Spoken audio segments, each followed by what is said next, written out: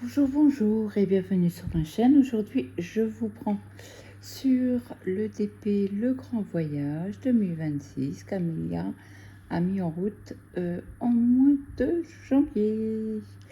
Donc là, je fais la case 4 de ce mois-ci. L'autre jour, on a fait la 7 et c'était le mois avant, il me semble, si je ne me trompe pas. Donc là,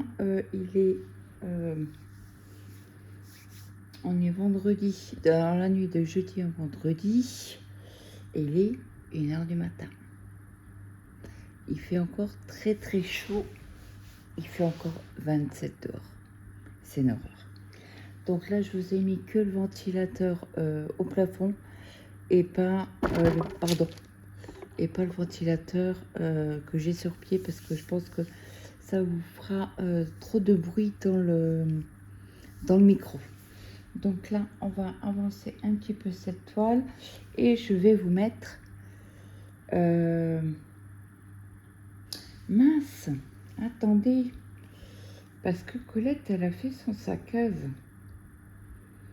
Tuc. Attendez, je la cherche. Alors j'espère que vous allez un peu mieux que moi, parce que moi, c'est un peu compliqué au niveau des chaleurs. Entre nausées et titi quanti. Pourquoi il veut pas...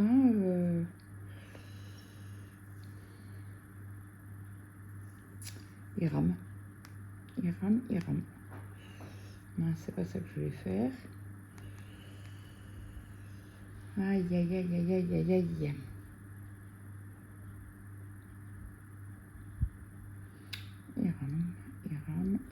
Il rame. Écoutez, je vous mets sur pause et je vous reprends.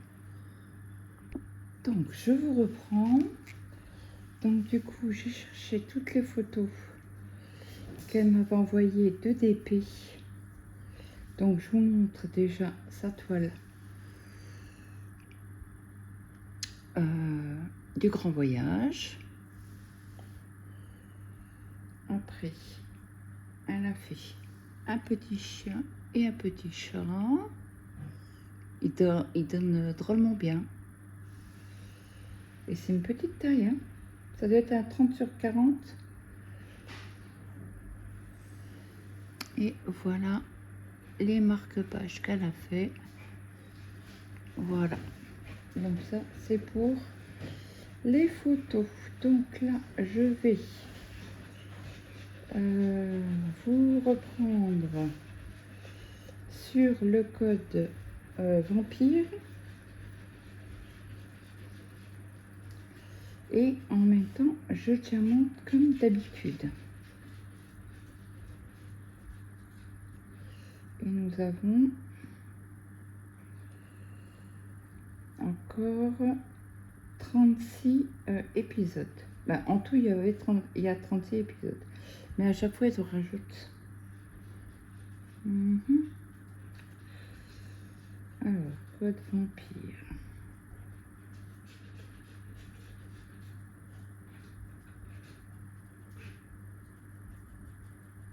Voilà.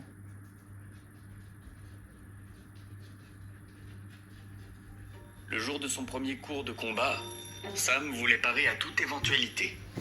Il glissa donc dans son sac le tube à essai contenant le sang d'Elena, ainsi que les 4 tubes vides restants et le masque acheté au supermarché.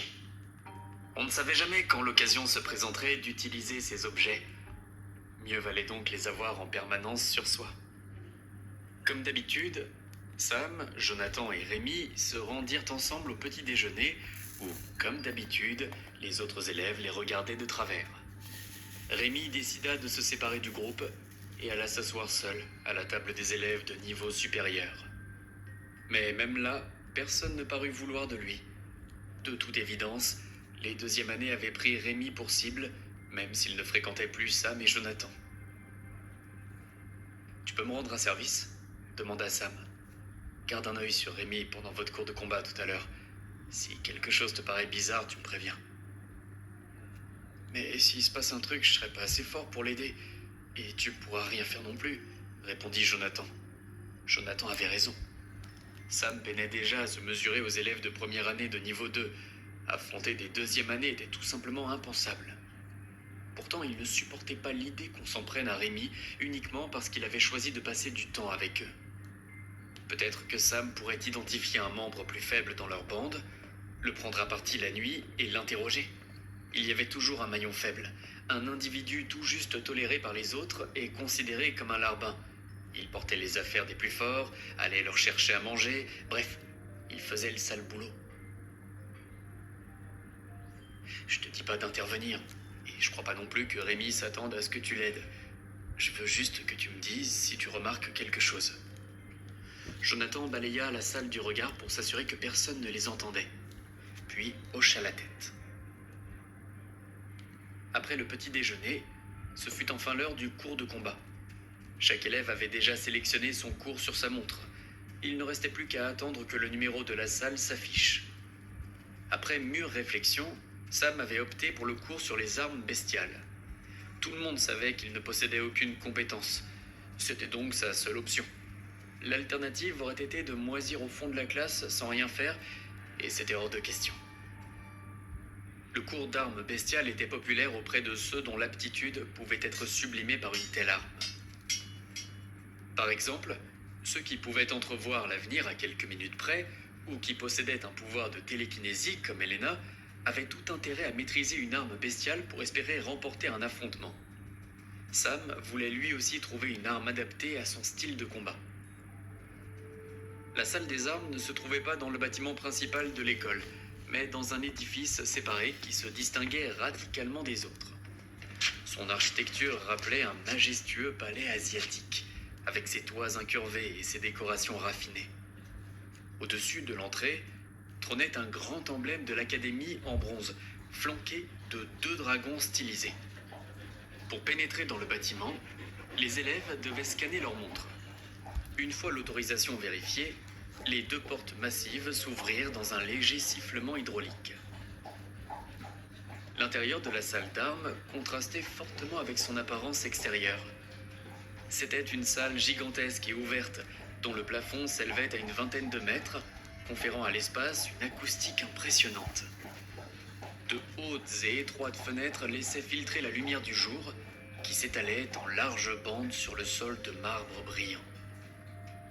Les murs étaient d'un gris mat, qui mettait en valeur les innombrables armes suspendues avec une précision militaire. Les armes étaient classées par catégorie et accrochées à des supports adaptés qui faisaient ressortir leurs lames affûtées et leur design élaboré. Il y avait des épées de toutes formes et de toutes tailles, des longs katanas jusqu'aux larges épées à 2 mains. À côté, on trouvait différents types de haches, de masses d'armes, de fouets et de faux. Chacune de ces armes semblait être fabriquée à partir de matériaux différents, certaines en métal étincelant, d'autres en substances cristallines ou même en matière qui ressemblait à des écailles et des os. Au centre de la pièce se dressait une grande plateforme circulaire et surélevée, faisant office d'arène d'entraînement. Le sol de cette plateforme, conçu dans un matériau spécial capable d'absorber les chocs, était couvert de divers marquages et symboles utilisés pour les exercices. Des projecteurs holographiques étaient fixés au mur, capables d'afficher des données tactiques et des vidéos d'entraînement. Cette technologie conférait à la pièce une touche futuriste, permettant aux élèves d'analyser et d'améliorer visuellement leur technique. Au fond de la salle, assis sur une estrade, se tenait un homme au crâne rasé. Sam supposa qu'il s'agissait de leur professeur. Il était impressionnant dans son arme de cuir, un long katana à ses côtés. La poignée de l'arme était finement décorée de motifs représentant des dragons, et la lame elle-même semblait avoir été forgée dans un matériau vivant qui scintillait de différentes couleurs. La salle dégageait une atmosphère studieuse et disciplinée. Le léger bourdonnement de la climatisation et le cliquetis occasionnel des armes étaient les seuls bruits qui brisaient le silence.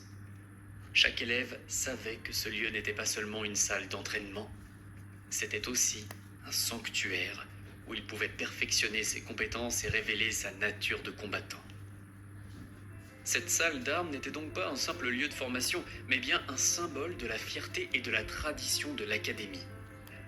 Ici, les arts martiaux ancestraux s'alliaient à la technologie de pointe pour offrir aux élèves le meilleur des deux mondes.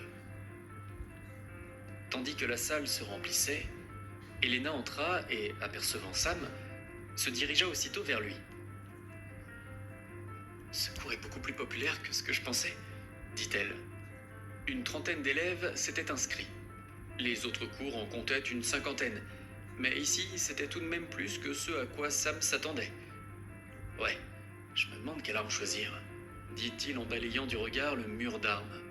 « Ben moi, j'ai déjà la mienne, » répondit Elena en désignant l'arc sur son dos. Beaucoup d'élèves dans la salle avaient déjà leur propre arme. Sam et quelques autres étaient les seuls à arriver les mains vides. Alors que Sam était absorbé par la contemplation des armes sur les murs, un murmure parcourut les rangs quand une nouvelle silhouette franchit le seuil de la salle d'armes. Qu'est-ce qu'elle fait là ? Elle a une capacité élémentaire, pourquoi elle est ici ? On s'en fout, on pourra peut-être s'entraîner avec elle, si on la bat on pourra lui proposer un rencard. Sam se retourna et reconnut aussitôt la nouvelle venue. C'était Anaïs Vanier, la jeune fille qui possédait la compétence de glace et qui avait passé les épreuves d'entrée avec lui. Je me demande pourquoi elle a choisi ce cours et pas celui de maîtrise des éléments, murmura Elena. À cet instant, l'homme au crâne rasé ouvrit les yeux et sa voix tonna. « Votre attention, s'il vous plaît. » Tout le monde se figea sur place et se tourna vers lui. « Je m'appelle Jules et je serai votre professeur. » Il tira son katana du fourreau et le tint devant lui. « Votre première tâche consiste à choisir une arme. Réfléchissez bien. Votre arme, c'est votre planche de salut. Quand vous êtes bloqué dans un combat, quand votre capacité vous lâche, la seule chose sur laquelle vous pourrez compter, c'est la maîtrise parfaite de votre arme. Maintenant, allez-y. Choisissez chacun une arme sur ces murs. » Les élèves se dispersèrent et commencèrent à examiner les armes. Même ceux qui possédaient déjà leur propre arme bestiale en étudièrent de nouvelles. Sam regarda le mur et se sentit dépassé. Le choix était si vaste qu'il avait du mal à se décider. Il observa Elena et son arc. L'arme s'accordait parfaitement avec sa capacité de télékinésie. Si Sam choisissait une arme à distance, il ne pourrait jamais être aussi doué qu'elle. Il lui fallait une arme adaptée à sa propre aptitude. Il longea les râteliers et eut soudain une idée. Il activa le système et sa compétence d'inspection. Puis il se concentra sur l'une des épées, au hasard. Épée de Korg. +3. -2. Épée non compatible avec la compétence frappe de sang. L'épée qu'il regardait était grande et paraissait lourde. Sam voulait être rapide. Il n'était pas question de perdre des points d'agilité. Mais ce qui l'étonna le plus, ce fut la richesse des informations que sa compétence lui avait fournies. Elle lui indiquait même si sa frappe de sang pouvait être utilisée avec cette épée. Il se mit à arpenter la salle en quête de l'arme parfaite. Il écarta toutes celles qui étaient trop lourdes. Même si le bonus de force était appréciable, il devait rester rapide et agile au combat. Toutes les armes que Sam avait inspectées jusqu'à présent appartenaient au niveau de base, le plus bas niveau qu'une arme put avoir. Les armes étaient classées en 8 niveaux, selon le noyau bestial avec lequel elles avaient été fabriquées. Ce noyau était le principal composant de la bête dont elles étaient issues. On racontait qu'il existait d'autres mondes, peuplés de bêtes au pouvoir incommensurable dont on ne savait presque rien. De ces créatures pouvaient être forgées des armes d'un niveau bien supérieur. 2 d'entre elles seulement avaient été découvertes à ce jour. On les appelait les armes démoniaques. Bien sûr, aucune arme de ce type n'était accrochée au mur. C'est alors que le regard de Sam fut attiré par une arme qui se démarquait de toutes les autres. Un seul regard lui suffit. Il le savait. C'était elle. C'était son arme. Sam s'arrêta devant le râtelier d'armes et activa son système. Gantelet à pointe noire. Arme bestiale de base. Force 3. Agilité 0. Endurance 0. Défense 2. Cette arme est compatible avec la compétence Frappe de sang. La puissance d'attaque est augmentée de 5%. L'arme en question ressemblait à une paire de griffes de dragon. Il s'agissait de longs gantelets noirs ornés de petites cornes qui couraient le long de l'avant-bras. Le bout de chaque doigt, acéré, se prolongeait en une lame effilée. 2 raisons poussèrent Sam à s'intéresser à ces griffes. D'abord, c'étaient les seules à offrir une statistique de défense, ce qui, pour Sam, était au moins aussi important que la force. Mais la seconde raison était plus déterminante encore. Elles augmentaient la puissance de sa frappe de sang. 5% pouvait sembler dérisoire, mais Sam savait qu'à mesure qu'il gagnerait en puissance, ces 5% finiraient par faire une énorme différence. Les griffes présentaient d'autres atouts. Elles s'enfilaient comme des gants et recouvraient ses mains à la manière d'une armure, ce qui signifiait qu'il pourrait toujours empoigner une autre arme si besoin. « Drôle de choix, gamin !» lança soudain une voix à côté de lui. Sam tourna la tête. C'était Jules, l'instructeur au crâne rasé. Peu de gens choisissent une arme aussi défensive. Avec ça, tu tiens ton adversaire à distance. C'est stable et ça convient très bien à un niveau comme le tien. D'une part, cette approche défensive lui parlait. À lui qui avait subi tant de harcèlement, avait appris à encaisser et à riposter. D'autre part, avec sa nouvelle compétence, la frappe de sang, il n'avait pas forcément besoin de s'approcher au plus près de son adversaire. La qualité protectrice de cette arme lui paraissait donc particulièrement avantageuse. « Je peux les essayer ?» demanda Sam. « Vas-y », répondit Jules en s'éloignant pour superviser le choix des autres élèves. Sam saisit les gants et son système s'activa aussitôt. Nouvel équipement, gantelet à pointe noire, force 12 plus 3, agilité 12, endurance 11, défense 2. En consultant son écran de statut, Sam remarqua un petit chiffre à côté de ses statistiques. Il indiquait le bonus d'équipement. Sam possédait désormais 15 points de force. Il se sentait 3 fois plus puissant qu'avant la découverte du système et était prêt à tester sa nouvelle force. Une fois que chacun eut choisi son arme, Jules demanda à tous de se rassembler autour de l'arène. « Je ne prétends pas être un expert pour chaque arme, » commença Jules. « Certains d'entre vous sont peut-être même plus doués que moi avec la leur. Mais ce que je maîtrise, c'est le combat armé en lui-même. Se battre, c'est comme un jeu, comme aux échecs. On essaie toujours d'anticiper le prochain coup de l'adversaire. On jauge ses compétences, etc. Pour cette première leçon, je veux voir ce que vous avez dans le ventre. On va faire des matchs d'entraînement, 2 par 2. Les autres regarderont le combat et diront ce qui pourrait être amélioré. Alors, des volontaires ? Anaïs fut la première à lever la main. Sans même attendre l'autorisation de l'instructeur, elle monta dans l'arène. Elle tenait une longue épée d'argent qui brillait d'un vif éclat. Cette épée ne faisait pas partie des armes que Sam avait vues accrochées au mur. Ils ont conclu qu'elle la possédait déjà. Dans un premier temps, de nombreux élèves hésitèrent à affronter Anaïs. Sa réputation la précédait. Tout le monde avait entendu parler de ses résultats exceptionnels aux épreuves d'entrée. Oh, j'oubliais de préciser. Les compétences sont interdites pendant les entraînements d'aujourd'hui, ajouta Jules. C'est important que vous sachiez d'abord comment utiliser votre arme. C'est la seule façon ensuite d'exploiter pleinement son potentiel avec votre compétence. À peine eut-il prononcé ces mots que de nombreuses mains se levèrent. Puisqu'Anaïs n'avait pas le droit d'utiliser sa compétence, tous sentirent qu'ils avaient une chance de battre la fameuse Reine des Glaces en combat singulier. Jules désigna finalement un grand gaillard armé d'une hache à 2 mains. Il était presque 2 fois plus grand qu'Anaïs, une véritable montagne de muscles. « Crois que tu t'es trompé de cours ?» lança le colosse. « Sans ta compétence de glace, t'as aucune chance. » Anaïs affichait la même indifférence que lors des épreuves d'entrée. À l'époque, elle avait à peine remarqué que Rémi avait copié sa compétence. Maintenant aussi, elle prit simplement position, sans faire de cérémonial. Sam ne parvenait pas à déterminer s'il s'agissait d'arrogance ou d'un sang-froid hors du commun.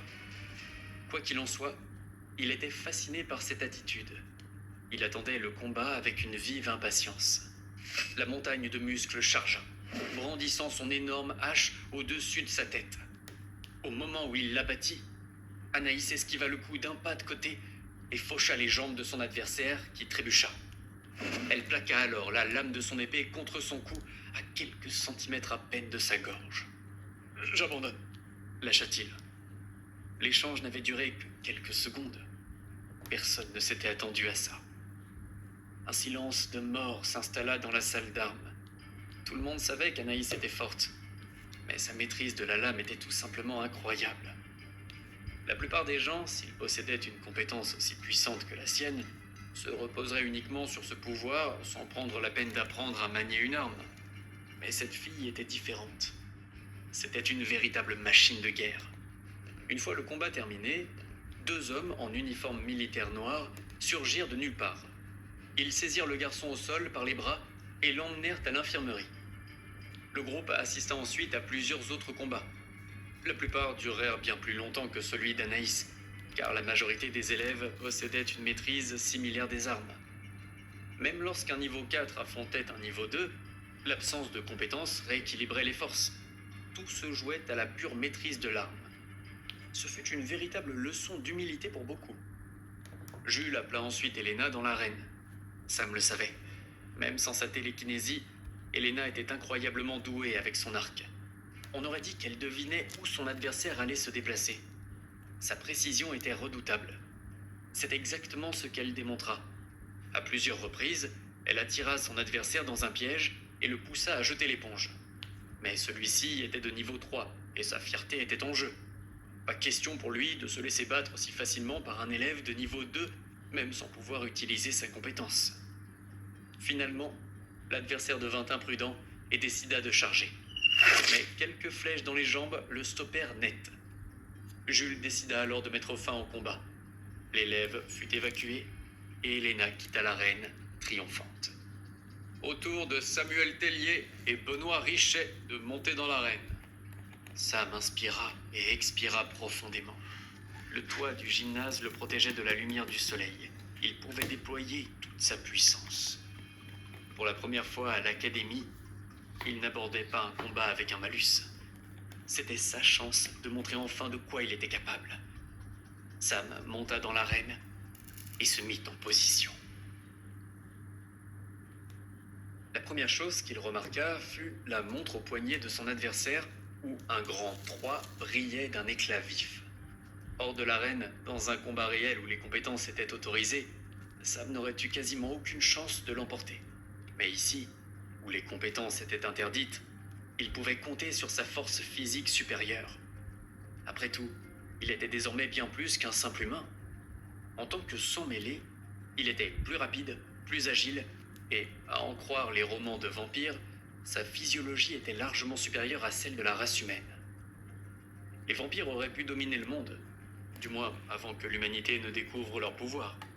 L'adversaire de Sam, un certain Benoît, tenait une longue lance dont la pointe aiguisée était dotée d'une unique lame incurvée.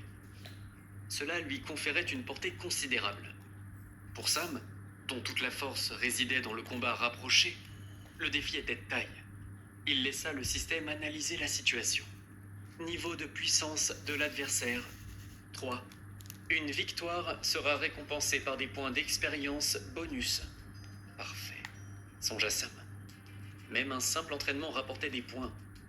Atteindre le prochain niveau allait être un jeu d'enfant. « En garde !» cria Jules, leur professeur. Aussitôt, Benoît bondit sur Sam, sa lance dirigée vers lui. Sam se mit en position de défense. Quand Benoît fut à portée, il pointa sa lance en avant, en un éclair. Un murmure d'admiration parcourut les rangs des spectateurs. Mais pour Sam, qui possédait 12 points d'agilité, l'esquive fut d'une facilité déconcertante. Il se baissa, et avant que Benoît ne puisse ramener son arme vers lui, Sam l'agrippa. « Qu'est-ce que tu fais là ?» cria Benoît en tentant d'arracher la lance des mains de Sam. « Lâche ça !» Mais Sam n'y songea même pas. Au contraire, il arma son autre main et frappa le manche de toutes ses forces. Une seconde plus tard, la lance se brisa en deux. « Mon arme, qu'est-ce que t'as fait ?» hurla Benoît. Mais Jules n'intervint pas. Sam profita de la confusion de son adversaire pour charger. Avant que Benoît ne puisse réagir, Il lui décocha un violent coup de poing dans l'estomac. Les pieds de Benoît décollèrent du sol, son corps projeté en arrière comme s'il allait être éjecté de l'arène. Le système de Sam afficha de nouvelles informations. Benoît Richet, capacité élémentaire. PV, 5 points de vie sur 15. Groupe sanguin, au plus. Sam le savait. Si Benoît sortait de l'arène, il aurait gagné. Mais il voulait aussi récupérer les points d'expérience. Pour cela, il devait réduire la vitalité de son adversaire au minimum, c'est-à-dire à 1 point de vie. Alors, avant que Benoît ne soit projeté hors des limites, Sam le saisit au vol et tout en le ramenant brutalement à lui, lui asséna un coup de genou en plein visage. Le nez de Benoît encaissa le choc de plein fouet. Du sang gicla, tandis que sa tête était violemment rejetée en arrière. Finalement, Benoît s'effondra au sol, inerte. Vainqueur, Samuel Tellier, annonça Jules. Adversaire vaincu, 50 points d'expérience. Bonus unique pour niveau de puissance supérieur, 50 points d'expérience. Vous êtes arrivé à 200 points d'expérience sur 200. Félicitations, vous passez maintenant au niveau 3. Vous avez 20 points d'expérience sur 400. 1 point de statut à assigner. Nouvelle compétence débloquée. Stock de sang. Plusieurs messages apparurent dans son champ de vision. L'un d'eux le réjouit particulièrement. Il avait gagné un niveau. La récompense pour avoir vaincu un adversaire de niveau 3 était bien plus conséquente que pour avoir vaincu un niveau 2. Mais cette prime n'était octroyée qu'une seule fois. Il avait aussi débloqué une nouvelle compétence.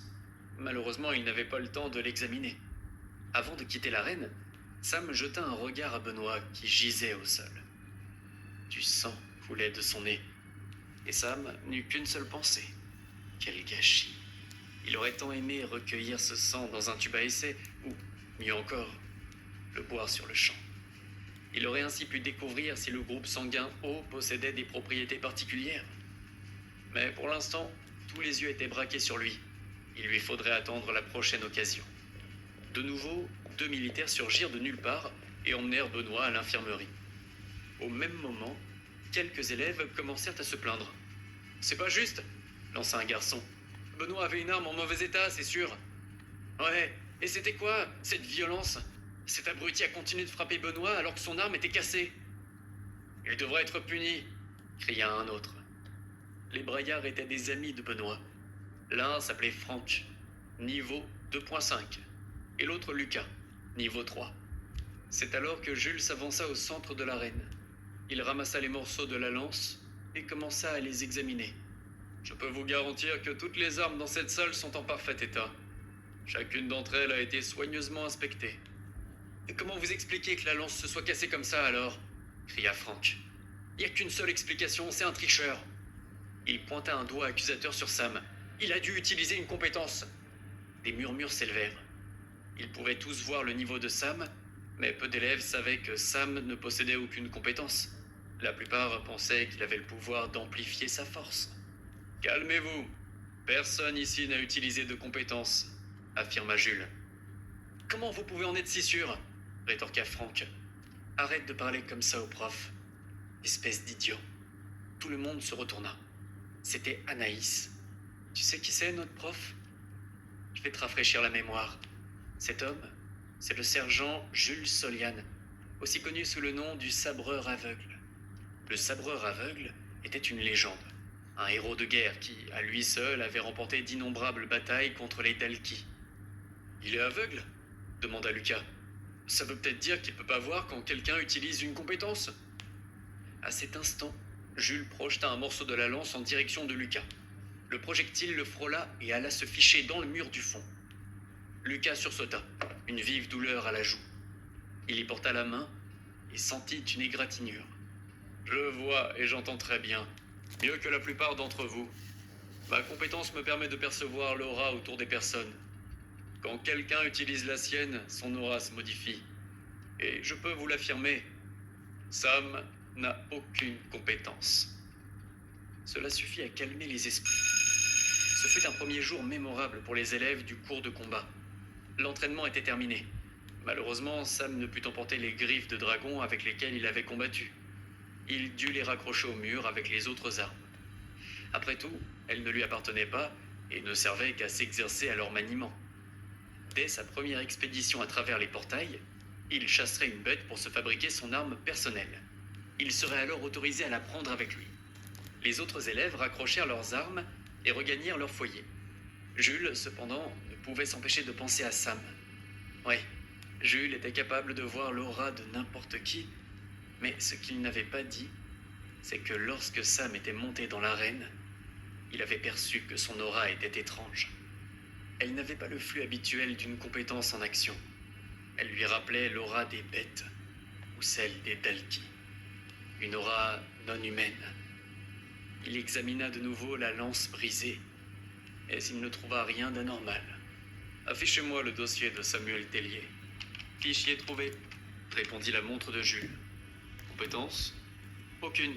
Niveau 1, répéta la montre. Qu'est-ce que tu caches au juste, Samuel Tellier?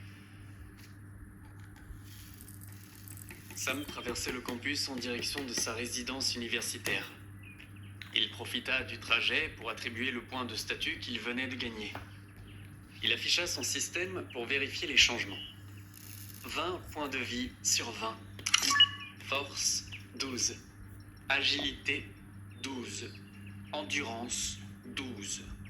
Le système n'avait pas changé depuis sa dernière montée de niveau. Cette fois, aucun processus d'évolution ne s'était déclenché. Mais il avait tout de même gagné 5 points de vie et 1 point de statut. Jusque-là, tout allait bien. Toutefois, une chose l'agaçait prodigieusement. Ce malus causé par le soleil et qui divisait ses stats par 2. Il viendrait un moment où il aurait besoin de toute sa force, même en plein cagnard. Il s'estimait tout de même heureux de supporter la lumière du jour, contrairement aux vampires des romans qui, eux, auraient fini en cendres. Comme la fois précédente, Sam décida d'ajouter le point de statut à son agilité. Tant qu'il pouvait toucher ses adversaires sans se faire frapper en retour, il se sentait invincible. Au pire, s'il ne parvenait pas à vaincre un adversaire, il pourrait toujours s'enfuir. De plus, l'agilité était le complément parfait de ses griffes de dragon. Il devait être rapide pour réduire la distance et pouvoir utiliser ses aptitudes au corps à corps. Agilité 13. Sam voulut ensuite tester la nouvelle compétence qu'il venait d'obtenir. Compétence stock de sang, niveau 1. La compétence stock de sang vous permet de conserver jusqu'à 100 ml de sang dans une réserve. Le stock de sang s'active automatiquement pour vous soigner lorsque vos points de vie tombent en dessous de 5,10 ml de sang égale 5 points de vie.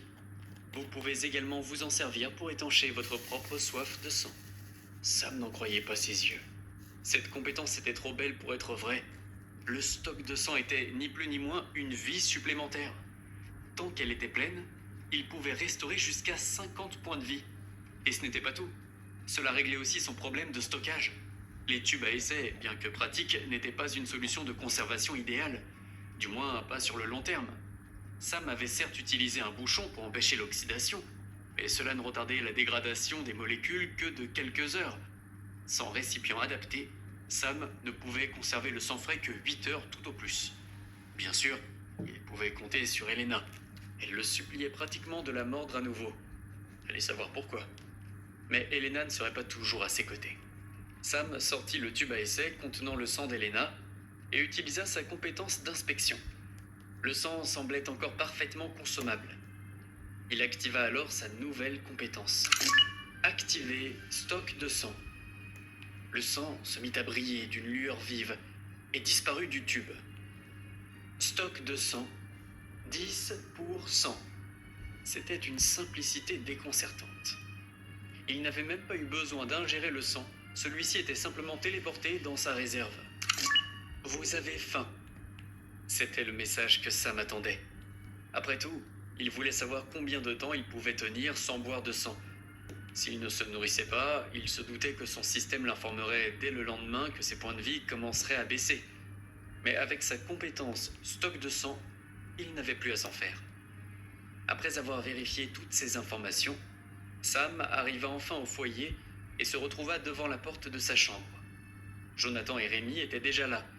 Ils avaient l'air sur les rotules. « Eh bah, Vous en faites une tête. Qu'est-ce qui vous est arrivé? Demanda Sam. Encore des problèmes avec les deuxièmes années?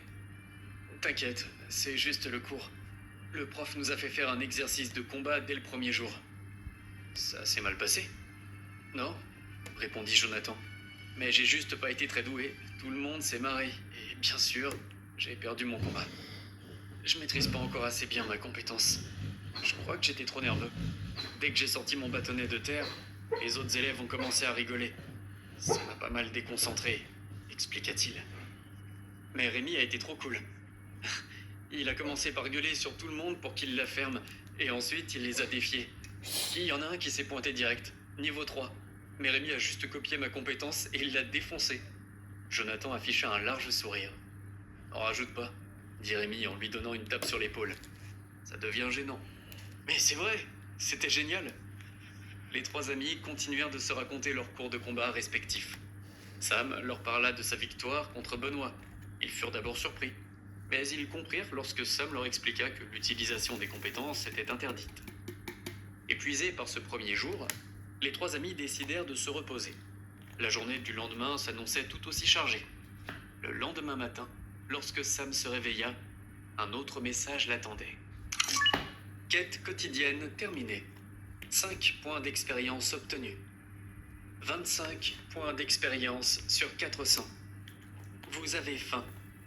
Vos points de vie vont maintenant baisser de 1 point par heure jusqu'à ce que du sang humain soit consommé. Le premier message était apparu environ 2 jours après sa dernière consommation de sang. Cela signifiait qu'il disposait de 48 heures avant de devoir se nourrir à nouveau. Compétences. Stock de sang. 10 millilitres de sang vont être consommés. Voulez-vous continuer? Oui. Après avoir sélectionné l'option « Oui », une douce odeur envahit ses narines et sa faim disparut. Satisfait, il s'étira une dernière fois et sortit du lit. Tout était revenu à la normale. Il ne lui restait plus qu'à retrouver Elena et à remplir son stock de sang à ras-bord. Dès la semaine suivante, le cours de combat devint le quotidien des étudiants.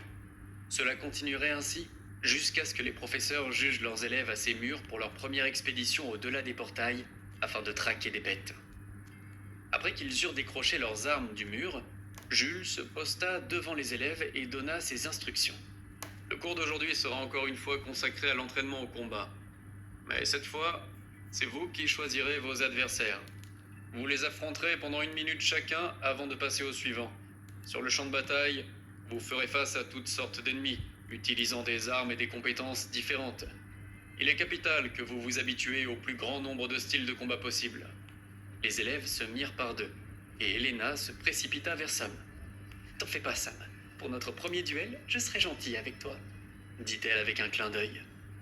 Mais à cet instant, Jules s'approcha d'eux. Je suis désolé, mademoiselle, mais je vais devoir vous demander de passer votre tour cette fois-ci, dit-il. Elena recula d'un pas, puis Jules dégaina son katana et le pointa sur Sam. Montre-moi ce que tu as dans le ventre, gamin, et ne retiens pas tes coups. Tous les regards convergèrent vers Sam. Plus aucun élève ne se concentrait sur son propre duel. Personne ne voulait manquer le spectacle. Le soi-disant sabreur aveugle contre le garçon qui n'avait pas de compétences. 3 élèves en particulier observaient Sam d'un œil attentif. Regarde-le. D'abord il a triché pendant notre combat, et maintenant il a droit à un traitement de faveur. Se plaignit Benoît. Peut-être que Jules veut juste tester Sam et ses aptitudes au combat. Sans compétence, il tiendra pas longtemps sur un champ de bataille. Faut bien qu'il apprenne à attaquer et à se défendre, dit Lucas. Pff, n'importe quoi, bien sûr qu'il a une compétence. Il a réussi à briser une arme bestiale. Et comment il aurait fait sans ça, hein? Grimaça Benoît. À moins qu'il ait une meilleure arme. Mais même ça, c'est impossible. Toutes les armes dans cette salle sont du même rang. Ouais, c'est ça, ajouta Florian. Ce naze n'a sûrement jamais gagné un combat de sa vie. Quand il a vu une brèche, il a foncé. Un coup de chance, c'est tout. On va voir comment il se débrouille contre un héros de guerre. Avant que le duel ne commence, Sam décida d'utiliser sa compétence d'inspection, mais rien. Aucune information ne s'afficha. Ça veut dire que Jules est trop puissant. Je pourrais peut-être voir quelque chose quand ma compétence d'inspection aura évolué, songea Sam. Mais à cet instant, un nouveau message du système apparut. Un adversaire puissant est apparu. Battez l'adversaire pour une montée de niveau immédiate. Une décharge d'adrénaline traversa le corps de Sam. Il ne parvenait pas à évaluer la véritable puissance de Jules. Pourrait-il le vaincre avec ses pouvoirs? En tout cas, il n'avait pas l'intention de le ménager, surtout avec une telle récompense à la clé. Peut-être devrait-il faire semblant d'être un peu maladroit, au cas où Jules ne serait pas aussi fort qu'il en avait l'air. Après tout, officiellement, Sam était un élève de première année de niveau 1 qui affrontait l'instructeur de combat. Il lui faudrait trouver une bonne excuse s'il se battait avec trop de fougue. Cependant, il ne pouvait en aucun cas laisser passer cette chance. Car chaque fois que Sam montait d'un niveau, le nombre de points d'expérience nécessaires pour passer au niveau suivant semblait doubler. Il lui devenait donc de plus en plus difficile de progresser uniquement en accumulant de l'expérience. S'il parvenait à monter de niveau grâce à un simple duel d'entraînement, ce serait fantastique. « Qu'est-ce qui se passe ?» demanda Jules. « Rien, désolé, » dit Sam, qui se mit en garde. « Alors, les élèves ?» s'écria Jules.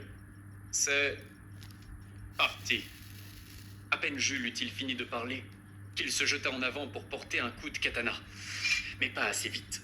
Sam bloqua l'assaut et pivota sur le côté. Il fit de même pour le coup suivant et encore le suivant. Avec sa griffe de dragon, il avait l'arme idéale pour ce genre de manœuvre défensive.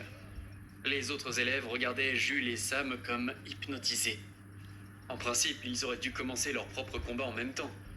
Quelques-uns échangèrent bien quelques coups sans grande conviction, mais le groupe de Benoît, surtout, était uniquement concentré sur le duel entre l'instructeur et Sam. Un peu brouillon et brutal, mais tes réflexes sont bons, analysa Jules. Passons à la vitesse supérieure.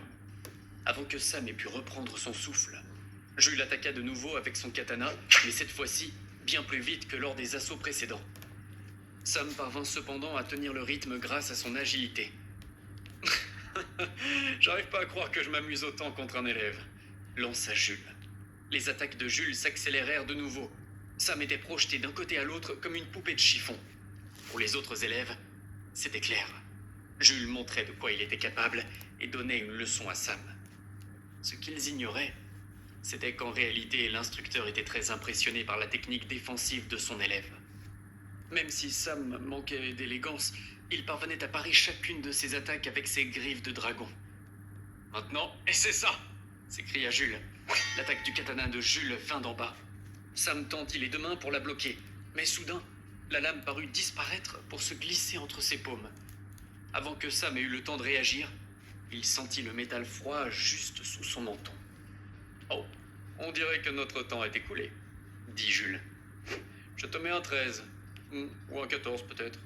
C'est plutôt pas mal pour un élève de première année. » Sam éprouva une admiration nouvelle pour son instructeur. Les professeurs de son ancien lycée n'avaient jamais mérité son respect. Ils ne faisaient que soumettre les élèves, leur ordonnant de se ressaisir et de devenir plus forts.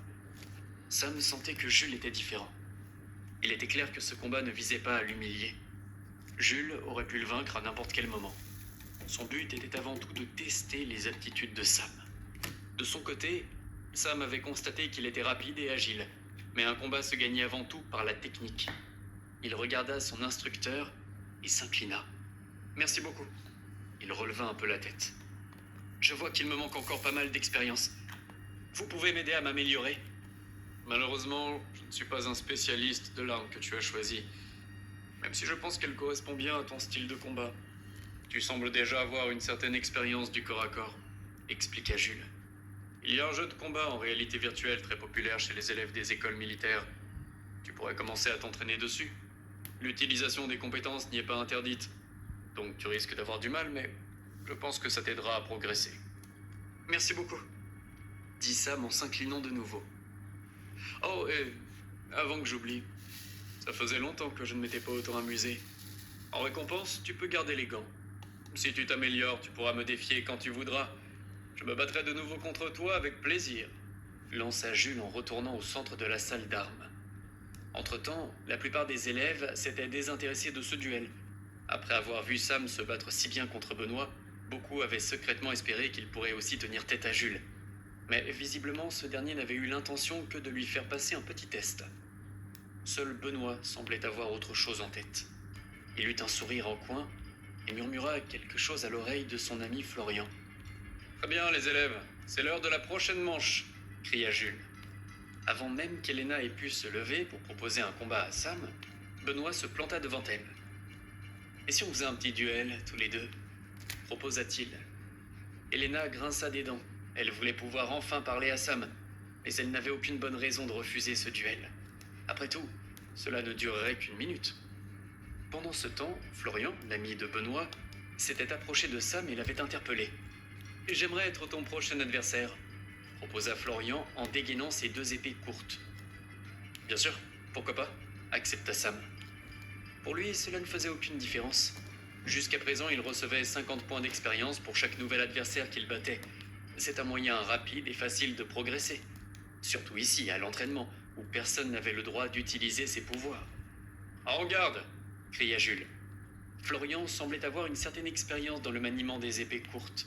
Ses mouvements étaient fluides et il enchaînait bien ses attaques. Rien de comparable à Jules, cependant. Les coups arrivaient beaucoup plus lentement.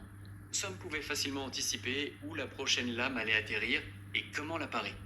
Mais comme Jules le lui avait dit, le plus important pour lui était de s'entraîner et de progresser. Il se mit donc sur la défensive pour ne pas mettre fin au combat prématurément, préférant s'exercer encore un peu à la parade. Il aurait tout le temps de remporter des combats en attaquant plus tard.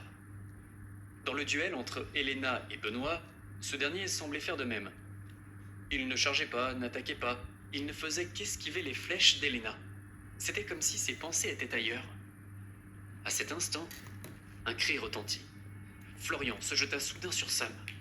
C'était le signal. Benoît leva la main et projeta une bourrasque de vent droit sur sa cible. Sam ne remarqua pas l'attaque de Benoît, car il esquivait toujours les lames de Florian. Il venait de faire un bond en arrière, quand un coup violent le frappa dans le dos.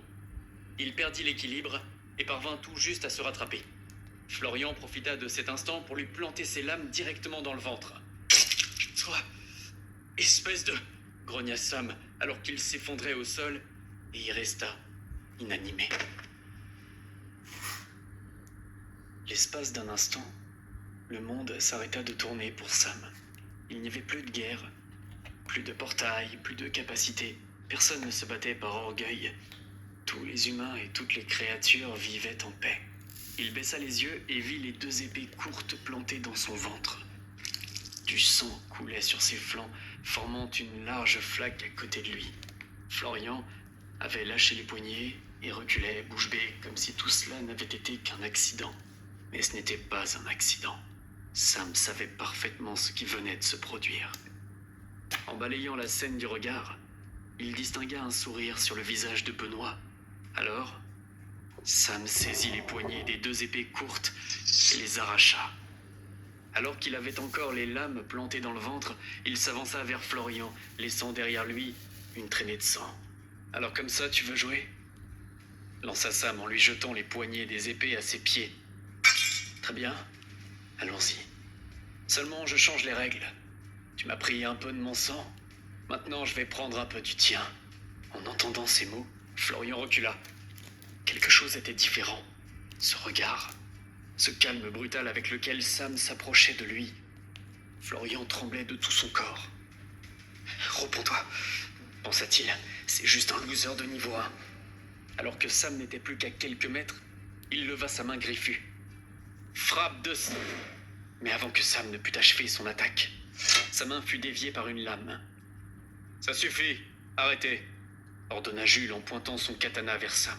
« Une injustice ne répare jamais une autre injustice. » Puis il se tourna vers Benoît et Florian.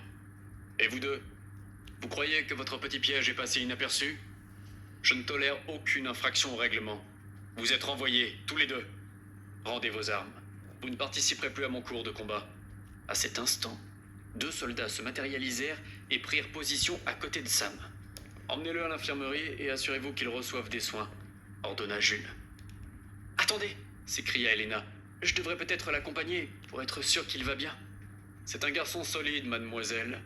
Il sait très bien se débrouiller tout seul. » Elena s'inquiétait de voir Sam blessé, mais ce n'était pas sa préoccupation principale. À en juger par les plaies sur son corps, il avait perdu une quantité de sang phénoménale. Même si les vampires pouvaient guérir à une vitesse surnaturelle, l'énergie nécessaire à leur guérison devait bien venir de quelque part et être rapidement renouvelée. Les soldats saisirent Sam par les 2 bras et le téléportèrent à l'infirmerie. La docteure Ferrand n'y était pas. Les soldats l'amenèrent donc jusqu'à un lit vide. « Repose-toi, quelqu'un va bientôt venir s'occuper de toi », dirent-ils avant de disparaître à leur tour. Une fois certain que les hommes étaient partis, Sam se rendit aux toilettes les plus proches. Il n'avait aucune envie d'attendre Ferrand et il voulait vérifier ses statistiques au calme le plus vite possible. Car même avec 2 lames encore plantées dans le ventre, il sentait déjà son système à l'œuvre qui commençait à cicatriser ses blessures. Son écran de statut le confirmait. 12 points de vie sur 20. Il était fascinant d'observer la rapidité avec laquelle son corps se régénérait. La plupart des égratignures et des bleus avaient déjà disparu. Seule la zone où les lames étaient enfoncées restait inchangée. Pour Sam, c'était clair. Tant qu'elle ne serait pas retirée, aucune régénération ne pourrait avoir lieu. « Ça va être douloureux », se dit-il. Heureusement, il portait encore ses griffes de dragon. Il n'avait donc pas à tirer sur le métal à main nue. Comptant jusqu'à 3, il retira les lames d'un coup sec aussi vite que possible. La douleur fut brève et fulgurante. Sam serra les dents. À peine le métal fut-il sorti des plaies que son ventre se mit à guérir lentement. Votre faim augmente. Votre faim augmente. 15 points de vie sur 20 points de vie. Guérison interrompue. Vos points de vie continueront de baisser de 1 point jusqu'à ce que vous ayez bu du sang humain. Sam était perplexe. Normalement, son corps n'avait besoin de sang humain que tous les 2 jours. Ce délai n'était pas encore écoulé. Il avait encore sur la langue le goût du sang d'Elena, bu le matin même. Puis il se souvint que le sang restaurait sa santé. Son corps l'utilisait comme source d'énergie. Une fois cette énergie épuisée, il ne pouvait plus guérir et devait de nouveau boire du sang. Sam sentit la faim lui tenailler l'estomac. Il se regarda dans le miroir. Ses vêtements étaient couverts de sang et une douleur sourde persistait. Pourtant, dans l'ensemble, il se sentait plutôt bien. Il sourit. C'est alors qu'il remarqua ses canines. Elles avaient un peu poussé, prêtes à mordre.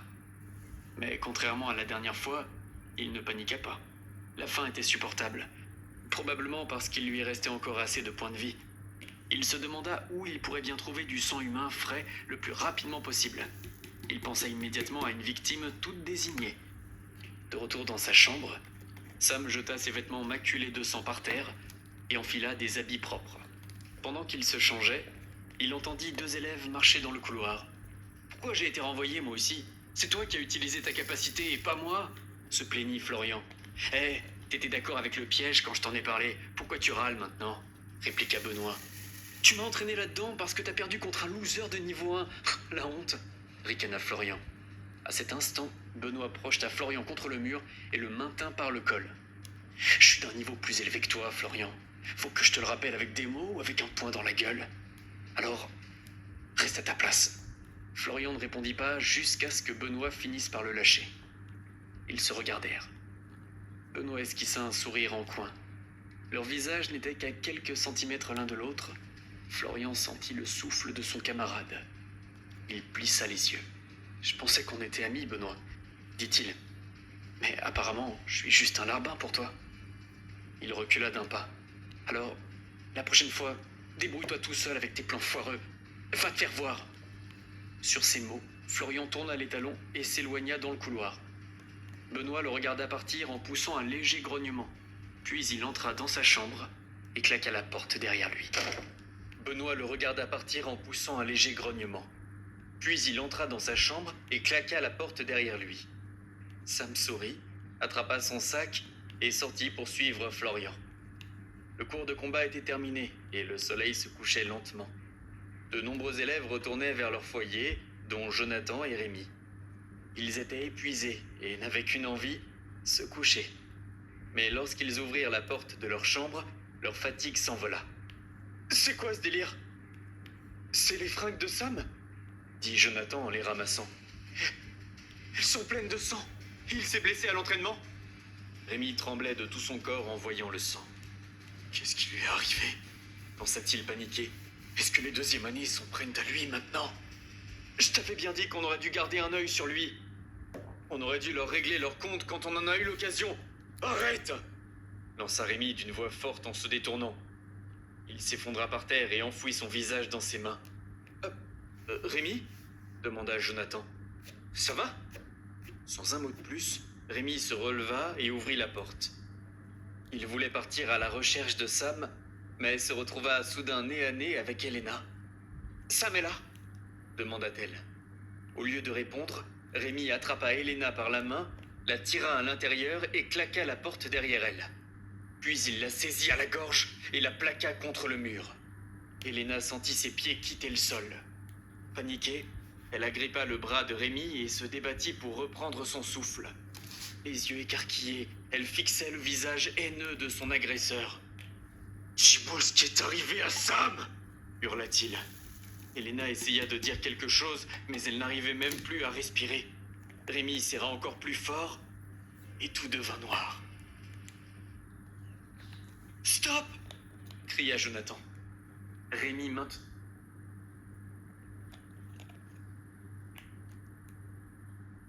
On est à l'épisode 33, ça va très vite. Donc là, je mets encore le Y ici. Et après, je vous laisse. Donc j'espère que la suite vous aura plu. Moi, ça me plaît toujours. Et j'ai bien avancé ma toile. Alors, je sais pas... Ah, vous voyez quand même la bouche ici. Je vais vous dézoomer pour vous montrer le nez, la bouche.